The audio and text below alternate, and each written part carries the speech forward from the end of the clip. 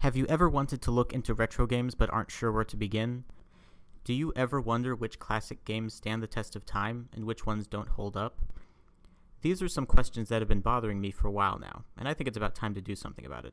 So I'm going through gaming's history one game at a time to try to find the best games of all time. Welcome to the Gaming Archaeologist. It's been quite interesting exploring the NES era. Most of these games I've never played before, and I found quite a few surprises. The NES and its library of games were quite important to the evolution of the medium, but at the same time, most of the games are at least a little bit outdated, with a number of archaic shortcomings that do sour the experience somewhat. The NES certainly isn't the pinnacle of gaming, and games in general have only gotten better over time, certain modern anti-consumer practices notwithstanding. But there is a certain elegant charm to these older titles that many more modern games lose sight of, and it's important to remember one's roots. With all that in mind, I'm going to take the time to go over my personal favorite games for the system. There are only a few criteria for this list. First, only games that I have reviewed are eligible, and second, only one entry per franchise.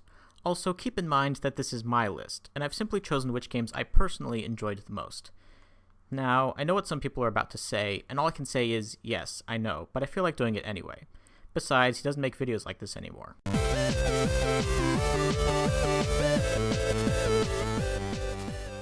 Castlevania 3. It's hard, it's brutal, it's relentless, and yet there's something about it that kept me coming back. While the original Castlevania is overall the better designed and balanced game, Castlevania 3 impressed me for its ambition. It had more characters, more environments, and it really tried to innovate itself while retaining the core of what made Castlevania good. And of course it is pretty fun. It is hard though. Really, really frustratingly hard, often in unfair ways, which is why it's not getting any higher on this list.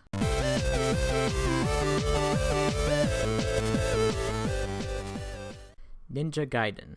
For all its faults, Ninja Gaiden is a fun game, and it does make you feel like a super powerful ninja warrior. Like Castlevania 3, it can be rather unfair at times, but Castlevania 3 had both bad controls and often unfair level design, while Ninja Gaiden at least has good controls.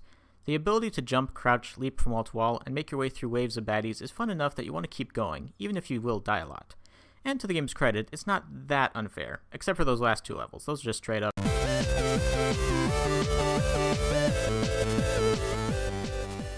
I'm not a big fan of sports games, but Punch-Out was unique enough that I was able to overlook that fact.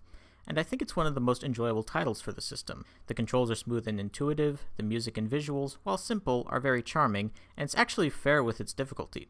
Some of the enemies may not be completely PC, but I don't think the game had any ill intentions. It was just trying to be a quirky, fun fighting game, and it certainly succeeded at that.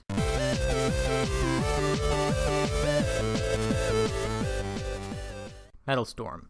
Up, down, up, down. Man, is that satisfying. Metal Storm may seem like a fairly standard platformer, but its good presentation coupled with a solid core mechanic makes Metal Storm a standout for the system. I'd probably place it even higher on this list if it wasn't for the fact that you die in one... Damn it!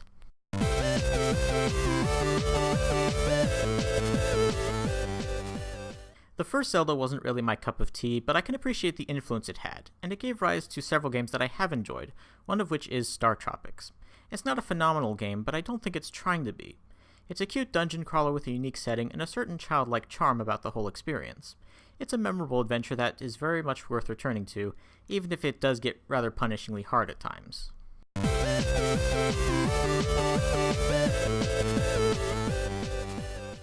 Super Mario Bros. You knew a Mario game had to appear at some point on this list.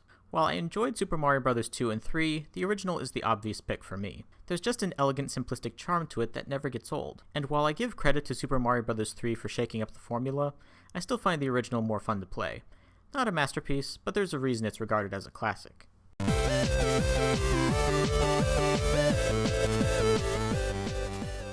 Vice Project Doom. Surprised? So am I. For a game that's faded into almost complete obscurity, I wasn't expecting much going in, but I actually ended up enjoying it quite a lot. For those who don't know about this game, it's kind of like Ninja Gaiden, except with all of the flaws removed. Well, for the most part. While it does indulge in some archaic design choices, such as a hated live system, for the most part it stays away from a lot of the stuff that makes some NES games a chore, and instead just focuses on being a really great action platformer. It's hard, but it's also fair. Again, for the most part.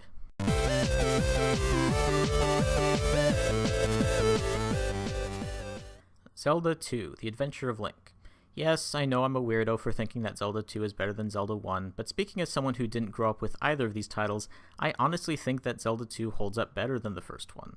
Sure, it's more linear and changes up the gameplay a bit, but it has a more cohesive structure than the first Zelda, as well as better world building, and the combat always felt more satisfying to me than the clunky awkwardness of the first game. This game definitely has its fair share of flaws, and I can understand why some people don't like it. But for me, the good bits outweighed any negatives, and I quite enjoy it. If you know of any spiritual successors to this game, feel free to let me know, because I would quite like to know about them.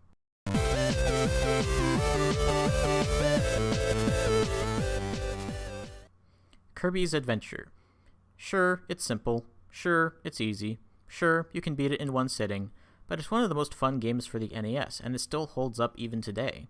There's just something so charming and magical about the whole game. From the visuals, to the music, to the characters, to the cool powers you get, to the minigames. It's just really fun. And in this day and age, fun is an important thing to have every once in a while.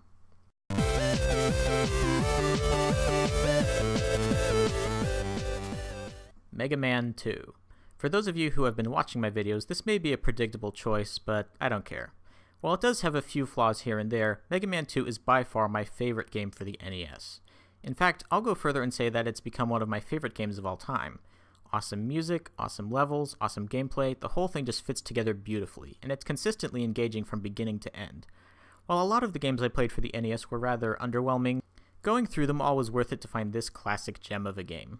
It's my favorite game for the NES, and it probably won't be usurped anytime soon. So that concludes my list of my favorite NES games. Feel free to let me know what you think, and to maybe share your favorite NES games in the comments. Thank you for watching, and I hope to see you next time for the Super Nintendo era.